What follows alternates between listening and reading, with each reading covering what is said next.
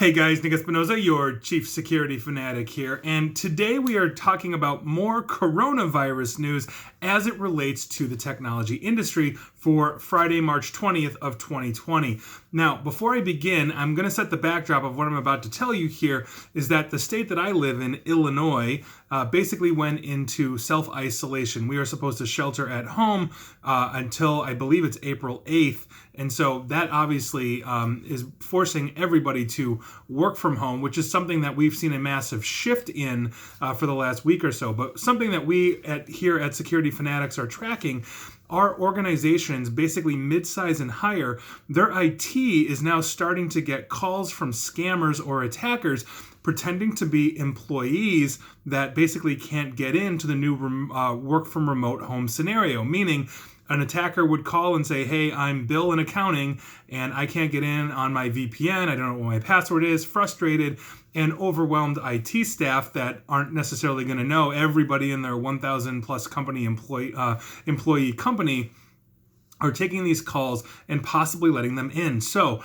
my first piece of advice here and my first news item is that, and also if you work in IT and you are basically being hit with a large amount of remote work, as many of them are, make sure you're putting good policies and controls in place to actually validate the people that are calling you to make sure that they actually do work for your company and they can verify that in some way, shape, or form. So that is your first piece of news. The next piece of news that we have comes from Mediaite, and basically it's about social distancing because that is changing the dating game, especially when it comes to online apps. Now, a representative from a dating service called Coffee Meets Bagel, I don't know if that's an app or not, basically shared the results from a March 17th survey with Mediaite, which showed 78% of U.S. users, quote, are putting a pause on in-person dates, with 39% planning to text their matches more, 29% planning to call, and 28% planning to video call more. Now, the survey also showed that 7% of U.S. users are mentioning the coronavirus each day in their posts and communications, and 81% of U.S. singles are practicing social distancing, and 19% are self-quarantining. Now, basically what this means is that people may actually have to get to know each other before just hooking up. Now, we are seeing reports of more positive interactions basically between romantic interests online, which I think coincides with this Coffee Meets Bagels survey, but basically apps that are designed more for less talk and more hooking up, to put it that way, like Tinder and Grindr, are going to be taking some serious hits as people, quite frankly, don't necessarily want to get infected by somebody they just met and they don't know. And I think that's probably a pretty good thing when we talk about romantic interests. So there you go. This is another vertical that is going to be changed by what could possibly be, and some people estimate, months and months and months of essentially social distancing and self-isolation or close to it. And we're going to see what the ramifications are overall to the dating industry. Next up, we're going to be talking about Yahoo News, or rather an article from Yahoo News, because they have an article on Asian countries that are using somewhat invasive technology to counter the coronavirus pandemic. So, for example, in Hong Kong, returning travelers that live in Hong Kong that have come from abroad are being issued an electronic bracelet that basically ties to an app on their phone that they have to install, and so they're monitored. And so basically this is like a monitoring bracelet. If they leave their homes, the app alerts and it notifies the authorities, who in this case are attempting to act as swiftly as possible. So they are monitoring all incoming people as they are requiring them to self-isolate for at least 2 weeks so they don't display symptoms. In Taiwan has a centralized epidemic control center that links multiple government agencies and uses big data to look for potential carriers and monitor those that are in quarantine right now. So smartphones with GPS are basically given to those that are isolating at home, and local officials are tracking them via the Line messaging app. Now, warning text messages are sent to those who break the quarantine, and a tracking system is connected with local police departments who basically are working under the emergency response plan to catch these people.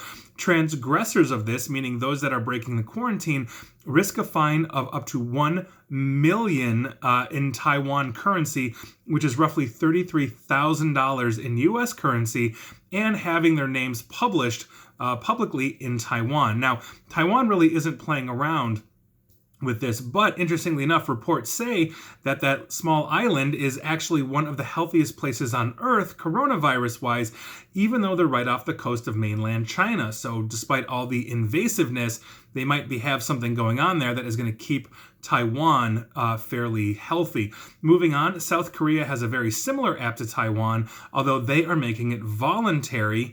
So they are obviously less aggressive with this, but Korea has been very good at combating the coronavirus, testing, according to estimates, roughly 10,000 South Korean citizens a day. In Singapore, they have a dedicated team of what they're calling digital detectives monitoring those in quarantine, as well as trackers, basically through their carriers, to confirm if these people are traveling and also to validate if they have traveled somewhere else. Meaning, if I am a citizen of Singapore and I flew, let's say, from Singapore to Dubai and back, my mobile phone is going to have some kind of acknowledgement that I eventually pinged a cell tower in Dubai, and Singapore is actively looking into that to make sure that basically their citizens are staying honest, at least with the government.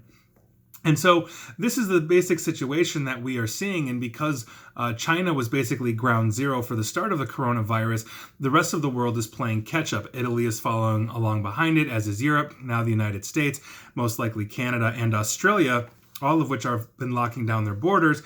And like I said, my state within the United States is basically going into shelter in place. So anything except essential services is basically closed, and we are essentially staying inside, for as much as possible. Now, that said, all of this comes with all this tracking information. We have to understand that we have privacy concerns as well, and privacy advocates, myself included, have been continuing to warn, even in a crisis like this, that we have to make sure that monitoring solutions adhere to legality, proportionality, necessity, as well as transparency. Governments tend to overreach in the name of security in whatever form that takes. So this could be security from the coronavirus or something else. And so we all need to make sure that we are on guard. Part of us is relying on each other as neighbors, as a community, as a country, as whatever that is, to make sure we're keeping each other safe. Some will obviously disregard that, but most of us, I think, are fairly understanding that this could be a very potentially serious issue, and so we are taking proper precautions and steps. And so wherever you are, hopefully, we're not being over-surveilled. Hopefully, we're going to remain safe and healthy. And so that, for the record, on this Friday, March 20th, is your coronavirus tech news of the day. And please like, share, follow me here on Facebook and Twitter at NickAESP. And please feel free to subscribe to me at YouTube as well. And as always, stay safe and stay online. Thanks, guys.